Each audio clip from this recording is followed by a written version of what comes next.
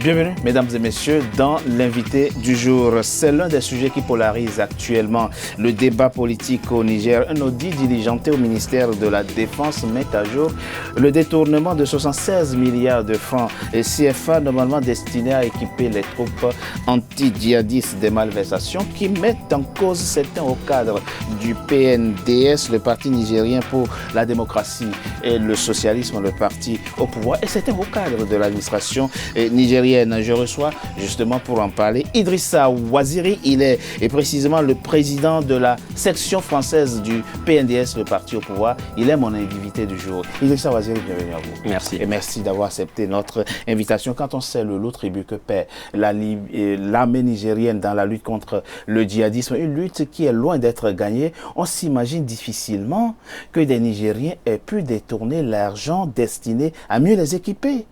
Vous avez raison de dire que notre armée paye effectivement un lourd tribut dans la guerre que nous menons contre le djihadisme.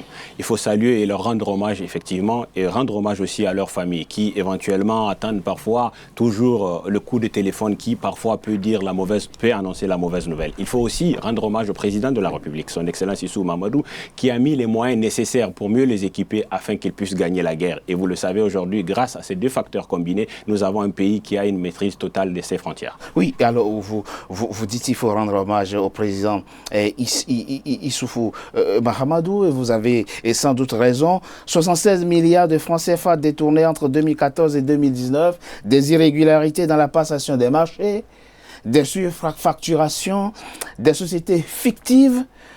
Et la question c'est comment tout ça a pu être possible sous le président Issoufou Mahamadou, dont les Nigériens connaissent la droiture, la probité et une forme de volontarisme politique. Effectivement, la probité morale du président est reconnue sur le plan national et international et je vous remercie de l'avoir souligné. Oui. Ce qu'il faut aussi ajouter, c'est que cet audit qui est en cours a été mené à l'instigation du président de la République dans la suite de la lutte contre la corruption et le détournement des deniers publics qu'il a engagé. Cet audit, il se poursuit. Il a révélé un certain nombre de dysfonctionnements graves. Ils sont en train, vous savez, les audits sont menés à charge et à décharge. C'est-à-dire que les inspecteurs qui ont rendu des conclusions ensuite rentrera dans une autre phase où les personnes qui ont été épinglées vont être entendues eux aussi et ils apporteront les éléments nécessaires pour qu'on puisse déterminer au finish quel a été le manque à gagner pour l'État et la justice. Puisque vous le savez, une instruction judiciaire a déjà commencé et je pense que les personnes qui sont rendues coupables de détournement des deniers publics feront face à leurs responsabilités. A déjà commencé, dites-vous. En tout cas, si on s'en tient aux déclarations de Abdelrahman Zakaria, le ministre porte-parole du gouvernement du Niger, il dit le gouvernement a décidé de faire rembourser les montants indûment perçus, soit en raison de surfacturation, soit au titre des paiements de services et livraisons non effectuées ou partiellement effectuées. 2. De transmettre aux tribunaux compétents les dossiers des fournisseurs qui refuseraient de s'exécuter.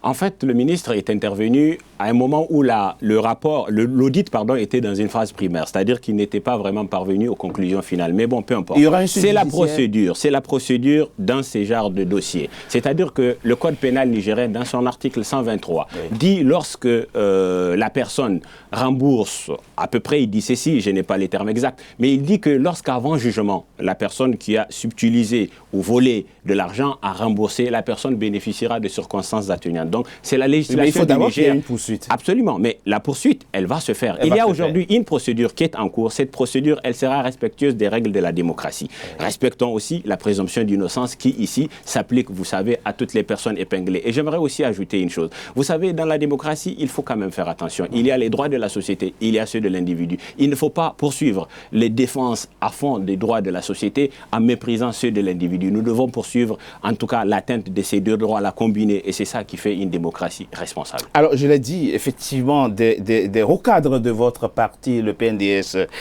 sont épinglés. Peut-être pas de façon nominale, mais est-ce qu'il est à craindre que M. Assouni Massaoudou, qui était précédemment ministre des Finances, et M. Kala Moutari, lui ministre de la Défense, est-ce qu'il est à craindre que leurs responsabilités soient engagées parce qu'ils sont quand même les premiers responsables de leur ministère? Alors, je tiens à vous dire que pour le moment, le rapport qui a fuité, qui d'ailleurs fait état de 76 milliards, était un rapport provisoire. À vendredi, on était passé déjà sous la barre des 46 milliards. Donc, peu importe, le montant est énorme, que ça soit 1 million, c'est beaucoup. Il faut que la justice fasse son travail. Oui. Pour le moment, les personnes épinglées sont pour l'essentiel des commerçants et des cadres véreux du ministère de la Défense. Donc, moi, je n'ai pas connaissance à l'instant précis où nous parlons d'un document ou de fait, en tout cas d'une procédure visant ces deux personnalités. Quand même, il faut dire une chose, personne ne sera épinglé, justice sera rendue et c'est ça la volonté du président de la République dans ce dossier-là. Est-ce qu'on peut dire aujourd'hui que cette affaire vient ternir un peu quand même le bilan du président Issoufou Mahamadou en ce qui concerne la lutte contre la corruption et l'impunité au Niger? Non, pas du tout. Ce qu'il faut saluer, c'est que le président de la République aujourd'hui a demandé qu'un audit soit fait dans un secteur qui est un secteur délicat. Vous savez, l'armée, elle est appelée la grande muette dans certains pays. Mais nous avons osé en tout cas auditer et fait apparaître des irrégularités. Nous sommes aujourd'hui dans une voie qui consiste en tout cas dans le développement de notre pays. Ça fera partie demain de notre expérience. Nous avançons, nous avons des réussites, nous avons des secteurs sur lesquels nous n'avons pas les résultats escomptés. Et c'est vrai qu'en matière de détournement de deniers publics, les résultats que nous attendons ne sont pas ceux auxquels nous faisons face aujourd'hui. Mais ça, c'est à mettre en tout cas au compteur de nos actions que nous engageons. Un pays dans son histoire, et je vous prends un exemple, aujourd'hui les grandes nations comme la France, eux aussi dans leur histoire ont connu des problèmes du même nature.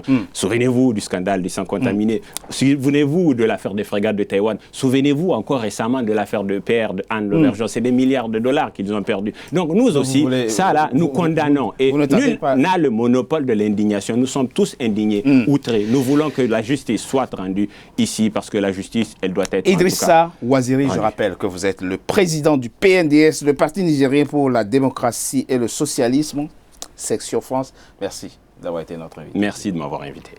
Mesdames et messieurs, c'était un invité du jour. Merci d'avoir été à notre compagnie. À très bientôt pour un nouveau numéro de l'invité.